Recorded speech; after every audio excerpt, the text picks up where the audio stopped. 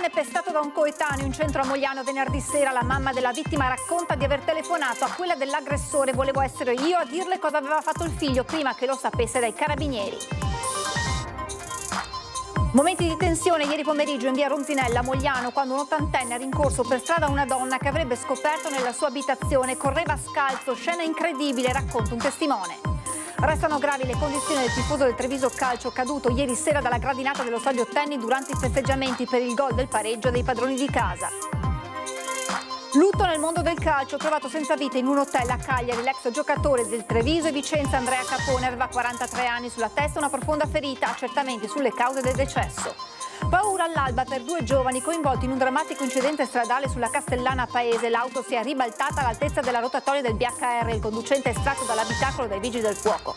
Si chiuderanno tra mezz'ora i seggi per il rinnovo del Consiglio provinciale al Sant'Artemio, alta l'affluenza rispetto alla precedente tornata, un segnale da parte degli amministratori ai cittadini, dice il presidente Marcon.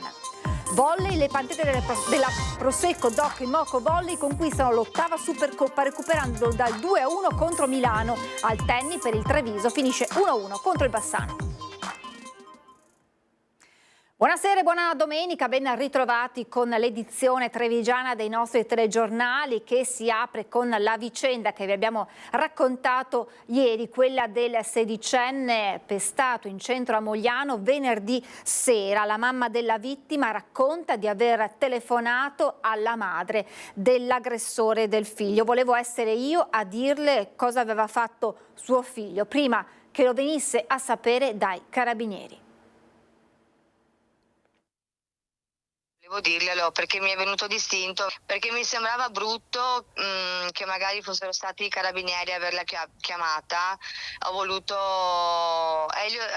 anticipare con una sorta di dolcezza. Una telefonata tra mamme, da una parte quella del sedicenne picchiato in pieno volto con un tirapugni, dall'altra la madre del suo aggressore. Una mamma come me e io non volevo fargli del male, ma volevo anche darle la mia vicinanza, perché mi dispiace sapere che comunque un coetaneo ha fatto del male a mio figlio. Lei è rimasta molto male, lei ha detto che gli dispiace, che appunto che questo ragazzo frequenta Buzzi e compagnie. La madre della vittima ha sporto denuncia ai carabinieri che le hanno confermato che l'aggressore non è nuovo ad episodi simili. Lo conoscono, sì. Militari che nel frattempo hanno visionato le telecamere della zona. Hanno visto da una telecamera il volto già tumefatto e quindi volevano accelerare i tempi per riuscire a capire dove era successo, per vedere da altre telecamere se ci fosse qualcosa. Dalla donna un appello alle altre mamme. Vorrei che magari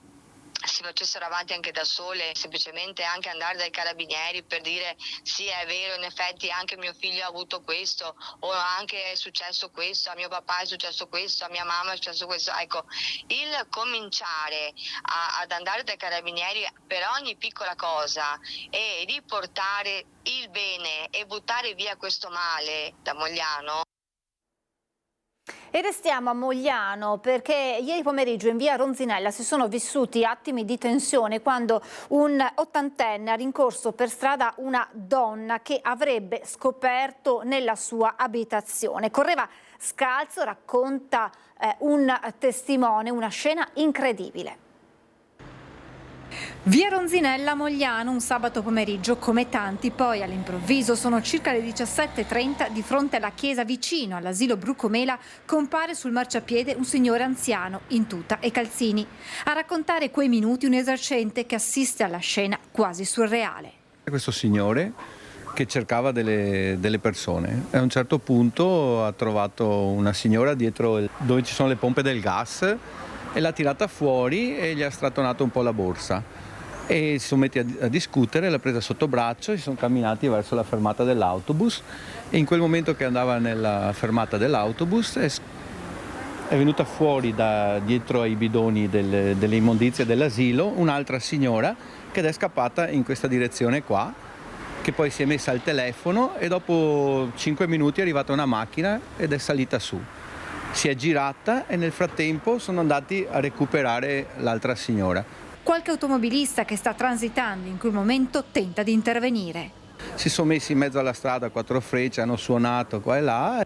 L'auto poi si allontana. Sarà lo stesso ottantenne a raccontare al commerciante cosa sia successo. Io poi l'ho aspettato, gli avevo chiesto un attimo cosa era successo, lui mi ha detto che avevano tentato di andare a rubare. Da quanto ricostruito, dunque, l'anziano avrebbe trovato le 2 donne nella sua abitazione e da lì avrebbe deciso di inseguirle scalzo. Al momento non è stata sporta alcuna denuncia ai carabinieri.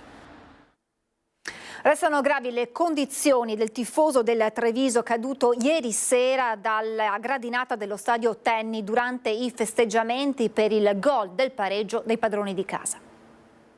È ricoverato in terapia intensiva in condizioni gravi ma stabili il tifoso di 52 anni del Treviso caduto ieri sera dalla gradinata dello stadio Tenni. L'incidente pochi istanti prima del fischio finale dell'incontro. I biancocelesti hanno appena segnato il gol dell'1-0 contro il Bassano. La gioia dei supporter trevigiani esplode. Tutti si precipitano giù dai gradoni verso la rete che delimita il campo. Poi il dramma, come racconta una tifosa. Io ho soltanto visto che un ultras andava dai carabinieri a chiedere appunto aiuto, i carabinieri, e poi sono arrivati altri, allora ho guardato e c'era questo uomo per terra che già non si muoveva e già là io ho capito la gravità della cosa, perché proprio non si muoveva. Il tifoso, nel festeggiare la rete dei padroni di casa, probabilmente anche a causa della pioggia che avrebbe reso sdrucciolevoli le gradinate, sarebbe scivolato per qualche metro sbattendo violentemente la testa.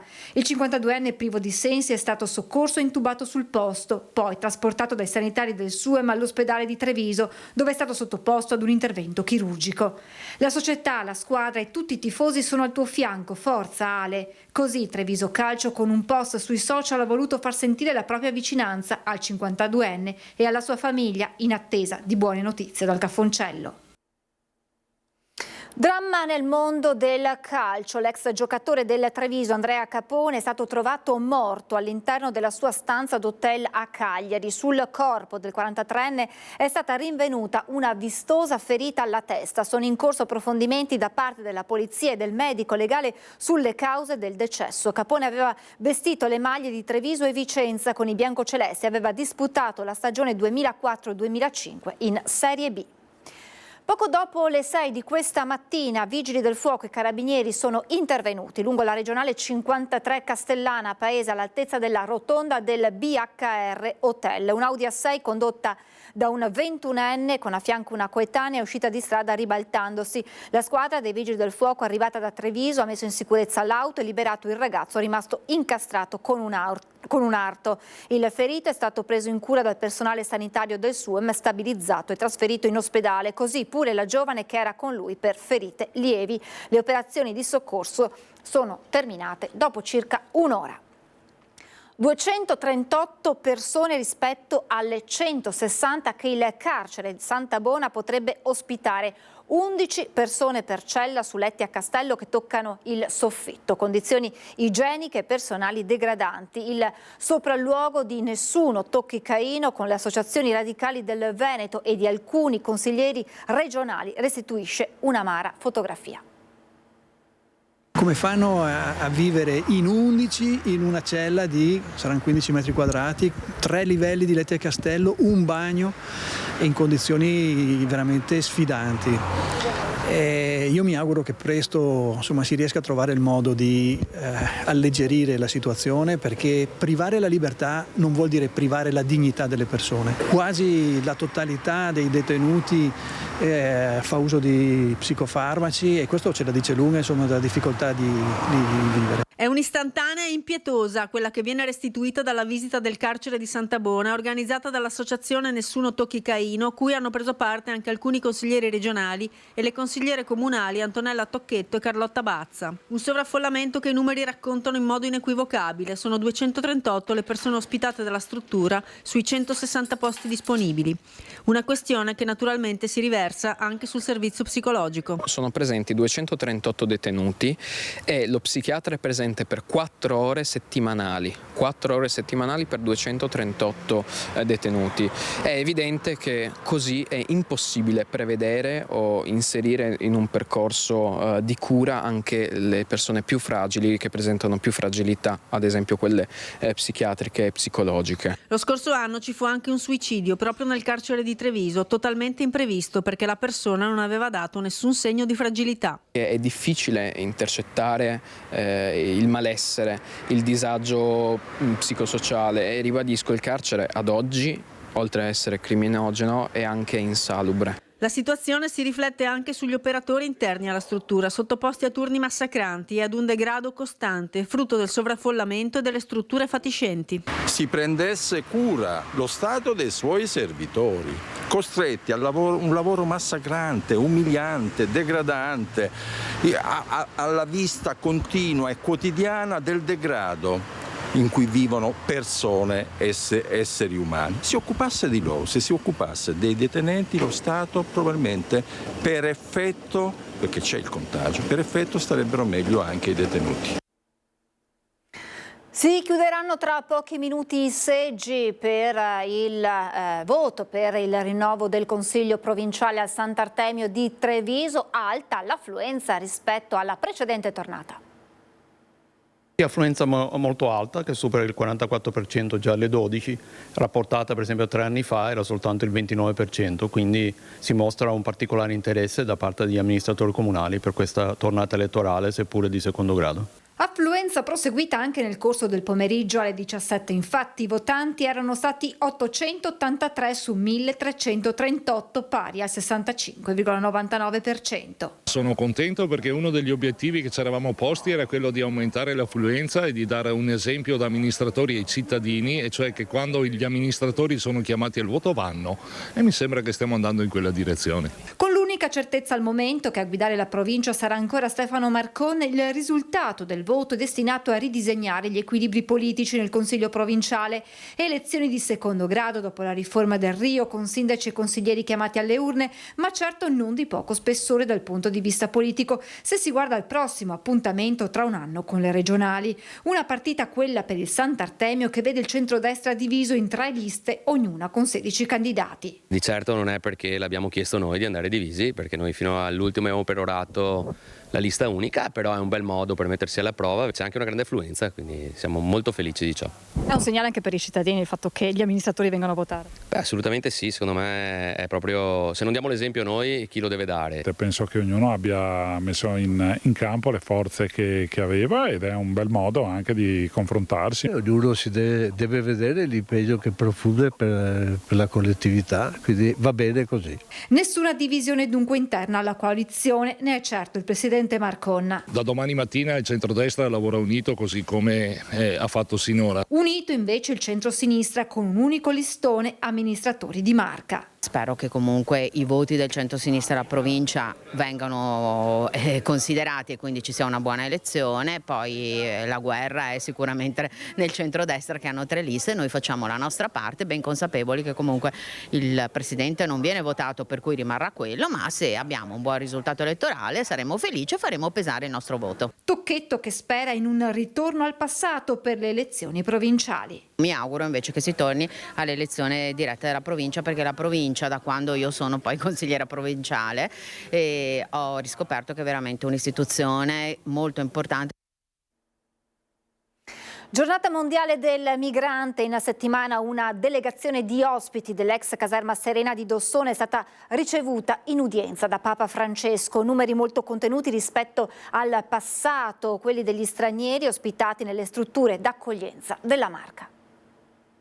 Vi è una pressione a livello nazionale estremamente smorzata rispetto agli anni precedenti, e così anche all'interno delle strutture di accoglienza i numeri si sono fortemente ridotti. Meno 75% di ingressi dal Mediterraneo centrale, meno 80% dalla rotta balcanica. Nel 2024 l'immigrazione ha subito un drastico calo e anche nelle strutture di accoglienza della Marca la pressione è decisamente diminuita.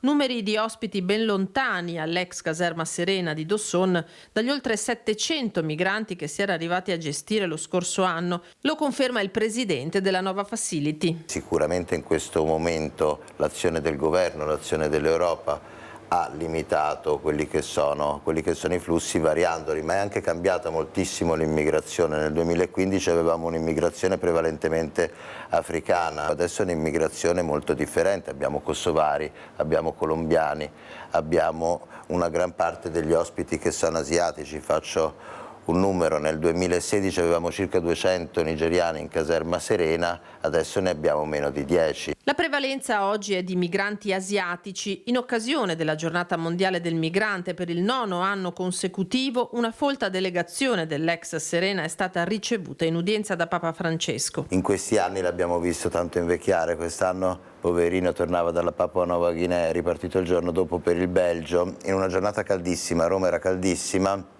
Lui ha avuto il tempo di incontrare tutti, di dire una parola a ciascuno, di arrivare al punto anche con noi. La parola che ha usato è un po' la sintesi di quella che è del nostro lavoro, della nostra missione, la parola inseriteli.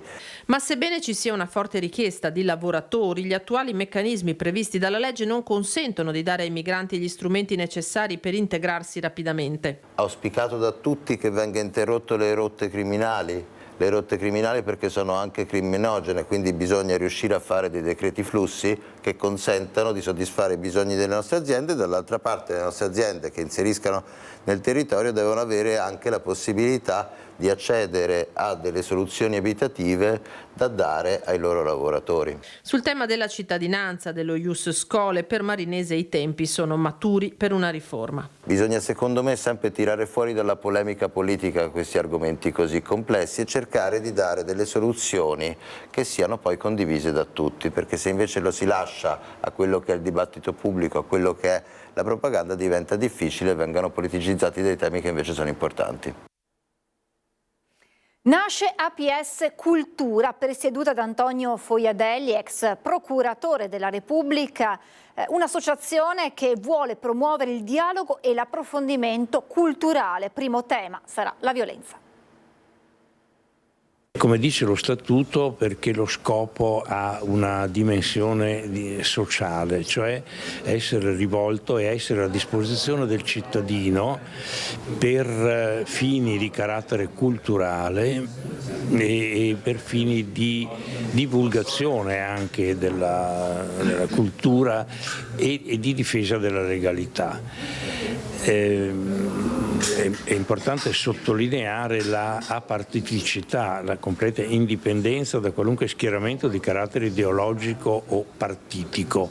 Nasce una nuova associazione culturale a Treviso, apartitica, e interessata principalmente a portare un approfondimento culturale in più per donare ai cittadini strumenti di alto livello per comprendere la realtà che li circonda.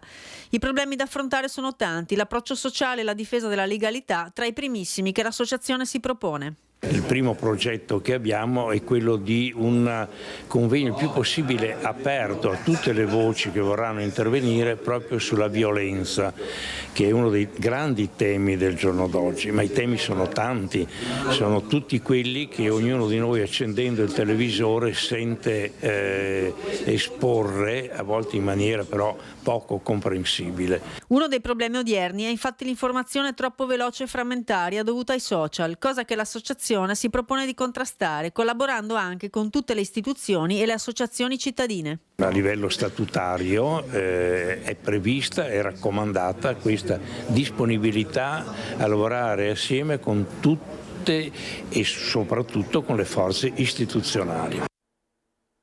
Un convegno promosso da Confap ha illustrato tutte le opportunità per le aziende di entrare nella nuova era della digitalizzazione e dell'intelligenza artificiale, che sono le vere sfide del futuro.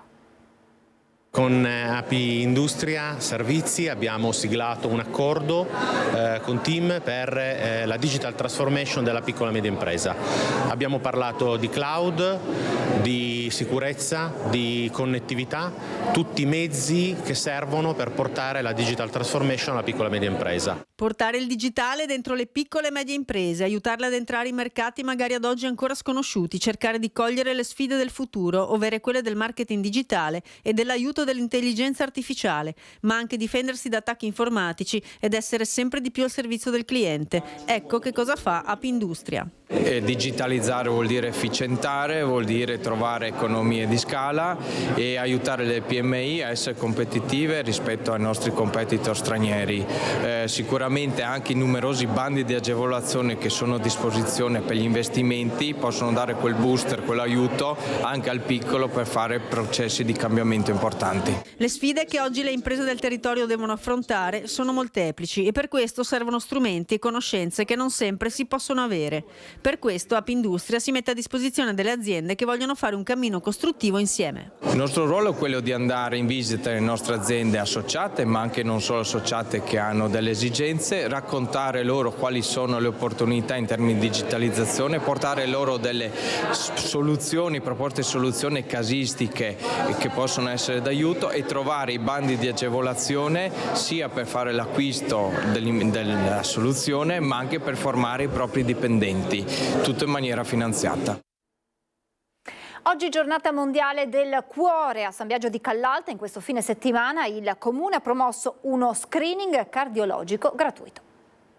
I cittadini in questa giornata sono molto contenti di questa iniziativa.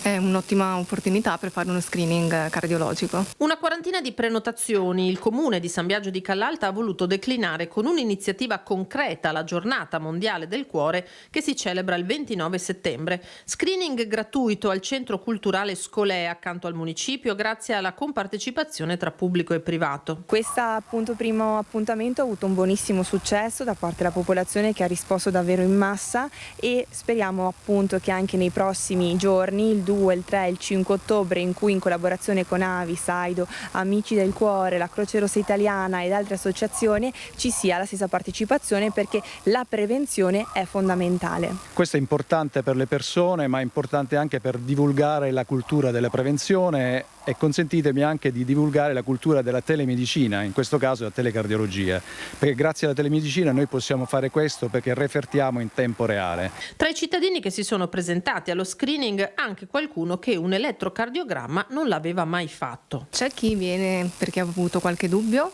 o solitamente anche per un controllo, semplicemente per un controllo generale. Come mai qua oggi?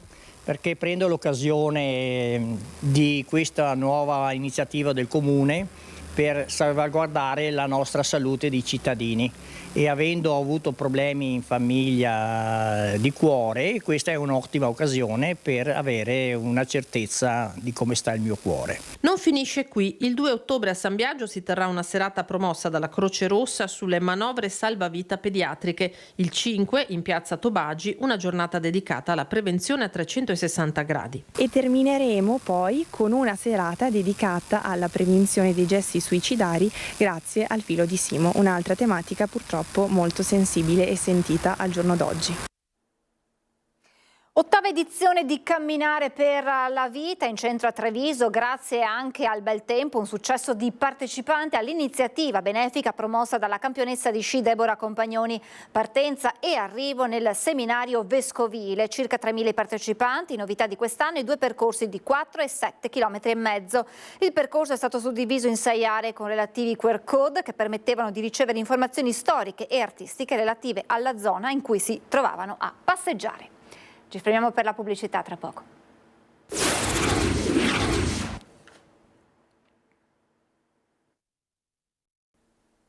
Rieccoci in diretta. Come sopportare la pressione mediatica nello sport di alto livello? È stato il tema di un confronto svoltosi in Ghirada, un aspetto sempre più invasivo tra gli sportivi professionisti, oggetto spesso di critiche e offese.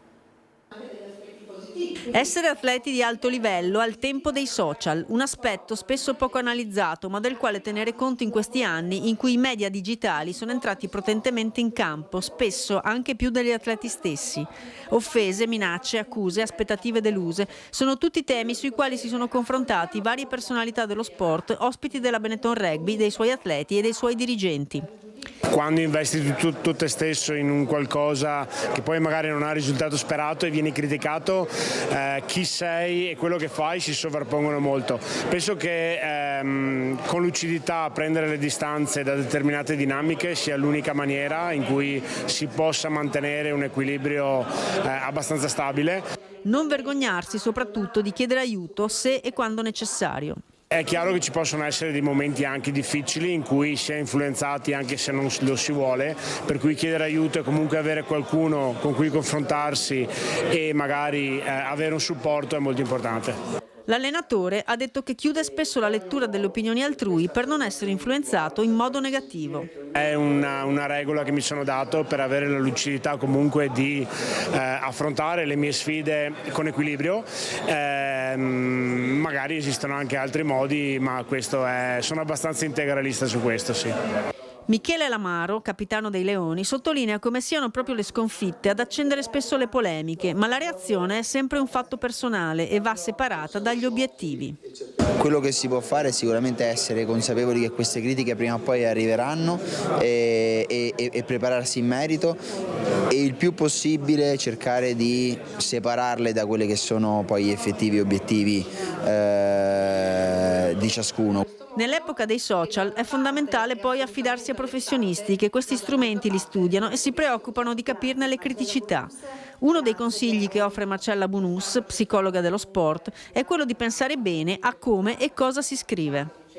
Lavorare bene sulla comunicazione e non veicolare informazioni di getto attraverso magari le emozioni, ma quando si pubblica sapere che quello che viene pubblicato inevitabilmente viene poi letto e interpretato da milioni di persone di cui noi non abbiamo assolutamente il controllo. Queste passate Olimpiadi hanno dimostrato che oggi una foto o uno sguardo fanno subito il giro del mondo e ricevono milioni di like o commenti, positivi o negativi che siano.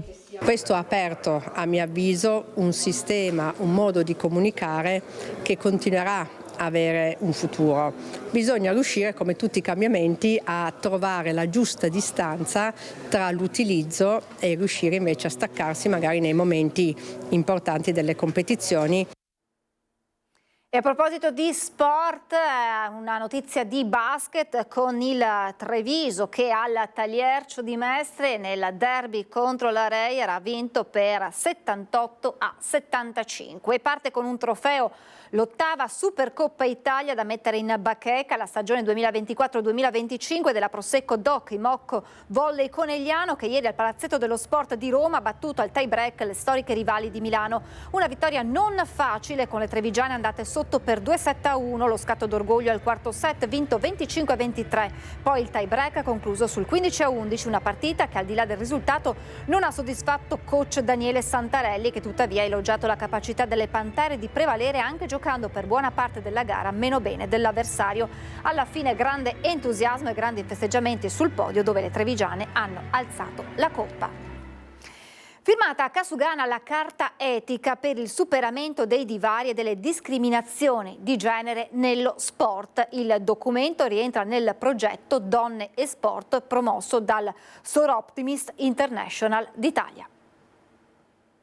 Il Comune si impegna a promuovere nell'ambito delle sue competenze l'abbattimento di ogni stereotipo e pregiudizio, incoraggiando in particolare le bambine e i bambini a interessarsi e a praticare qualsivoglia disciplina sportiva. E questo è uno dei contenuti principali della Carta Etica sottoscritta dal Comune di Treviso con Soroptimist International d'Italia, Club di Treviso e Assist Italia.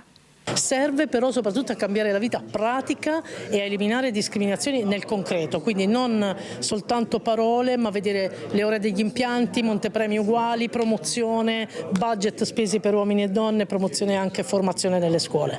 La Carta Etica vedrà una collaborazione sia tra associazioni e comune ma anche all'interno della stessa amministrazione, tra assessorati per favorire la presenza sul territorio di strutture e spazi idonei dove si possa esercitare attività sportiva e per l'adozione di buone prassi campagne promozionali, investimenti e qualunque altra azione sia possibile e efficace per colmare il divario rilevato. Abbiamo voluto proprio che, come dire, la scintilla partisse dal mondo femminile, ma che invece poi facesse bruciare il cuore dello sport, e così è andata. Un'analisi dice che Treviso come comune ha una parità di genere nella pratica sportiva.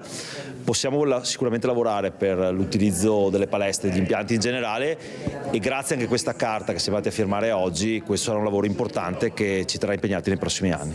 Tanti campi nei quali attraverso lo sport si spazierà per abbattere le barriere. Per esempio la possibilità che gli ambiti sportivi danno di rilevare situazioni di possibili abusi, la possibilità che lo sport dà di promuovere l'educazione e la pace. Dal sindaco Conte l'idea di organizzare a Treviso un festival dello sport femminile, forti di quelle 5 medaglie d'oro olimpiche al collo di altrettante atlete trevigiane. Ma dal primo cittadino, come presidente ANCI Veneto, anche un impegno a portare la carta etica al di fuori delle mura della città. Di mettere in contatto Soro Optimist, che sta facendo un lavoro incredibile a livello nazionale, con tutti i piccoli e medi comuni del Veneto che hanno la stessa sensibilità e si devono soltanto incontrare e incrociare su una firma di una carta etica.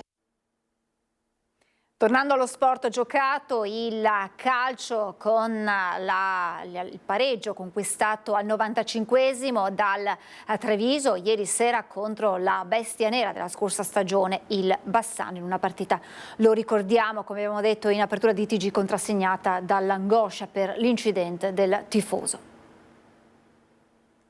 Un 1-1 importante per il Treviso, che fa dimenticare la sconfitta di domenica contro la Luparense, arrivata dopo 3 vittorie con 7 gol fatti e 0 subiti, ma importante anche perché conquistato contro quella che era nella scorsa stagione la bestia nera dei biancocelesti, quel Bassano contro il quale aveva incamerato 3 sconfitte su altrettante gare. Un pareggio sofferto arrivato al 95esimo dopo una partita comunque ben giocata dai padroni di casa, soprattutto nella ripresa.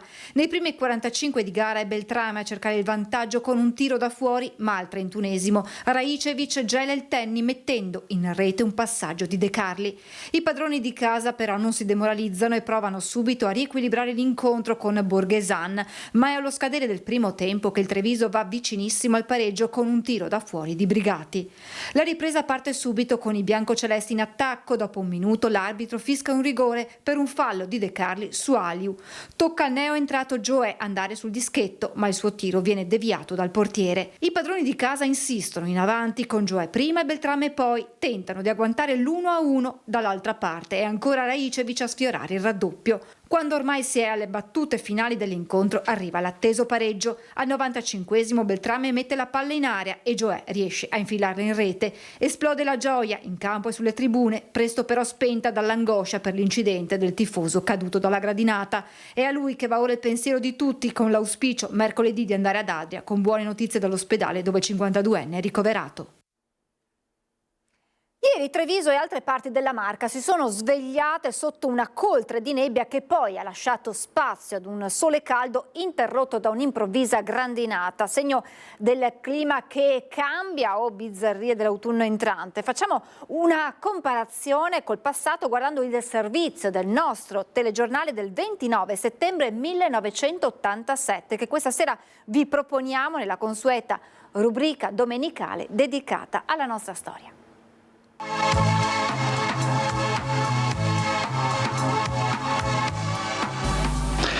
Non se ne può davvero più. Queste immagini descrivono abbastanza chiaramente l'opprimente cappa di umidità che da giorni sovrasta incontrastata a Treviso come tutto il Veneto. La coltre di nebbia calda, oltre che creare problemi di carattere prettamente fisico, soprattutto ad anziani e malati, interferisce anche pesantemente sui collegamenti, scarsa visibilità nelle strade. Oggi, ad esempio, problemi all'aeroporto di Tessera e nella navigazione in laguna di Venezia. La situazione è sicuramente eccezionale e per capirne di più oggi siamo andati all'ufficio meteorologico dell'aeronautica. Guardi, in effetti è una situazione molto anomala, perché generalmente una situazione del genere si verifica durante l'estate o comunque durante i mesi di luglio e agosto. La situazione che sta verificando adesso è una situazione ciclica che si verifica ogni 20-25 anni, quindi la ricordiamo negli anni 60, ma comunque per spiegare la situazione di questi ultimi 10 giorni dobbiamo prendere in esame 2 cartine. riferite ovviamente al suolo. Una appunto di 10 giorni fa, che è questa, da dove vediamo che gran parte dell'Europa è interessata da una vasta area di alte pressioni. I suoi valori massimi sono sull'Italia e sul bacino occidentale del Mediterraneo con 1020 ettopascal. È una situazione poco evolutiva, perché se noi andiamo ad analizzare ora la situazione di oggi, possiamo vedere che il centro che era sul bacino occidentale del Mediterraneo si è spostato in 10 giorni sull'Europa balcanica. Interessa comunque che stare di alte pressioni, sempre con 1020 ettopascal l'Italia e quasi tutto il bacino del Mediterraneo. Sull'Italia la pressione è quasi livellata e come conseguenza abbiamo un ristagno di aria al suolo perché non abbiamo ricambio e quindi un aumento di umidità, in particolar modo nelle valli o comunque sulla pianura padana. Siamo già in autunno, ma anche il caldo si mantiene su livelli estivi. La spiegazione è semplice: l'alta pressione vige anche negli strati alti, sino a 5.500 metri, e tende a comprimersi verso il basso, riscaldando l'aria a terra. Ma quando finirà? Abbiamo quindi già un'infiltrazione delle perturbazioni di origine atlantica che prima scorrevano verso le latitudini alte, verso l'Europa iberica. È probabile che per le prossime 48 ore, ma comunque già da domani sera sull'arco alpino nord-occidentale italiano, ci sia l'infiltrazione della parte più meridionale di questa perturbazione in movimento ora verso nord-est. Per dopodomani, quindi per la giornata di giovedì, è probabile che la nuvolosità si estenda anche sulle Alpi centro-orientali e anche sulla nostra zona, determinando un aumento della nuvolosità con isolate precipitazioni e quindi con correnti accompagnate da ovest, determineranno anche una diminuzione della temperatura e quindi un senso di benessere leggermente migliore rispetto a quello che stiamo vivendo attualmente. Lasciamo dunque passare ancora 24-36 ore, dopodiché l'AFA dovrebbe andarsene. Speriamo lo faccia senza troppi strepiti. E con questo ritorno al passato noi chiudiamo questa edizione del nostro telegiornale. Grazie per essere stati con noi, buona serata e ancora buona domenica.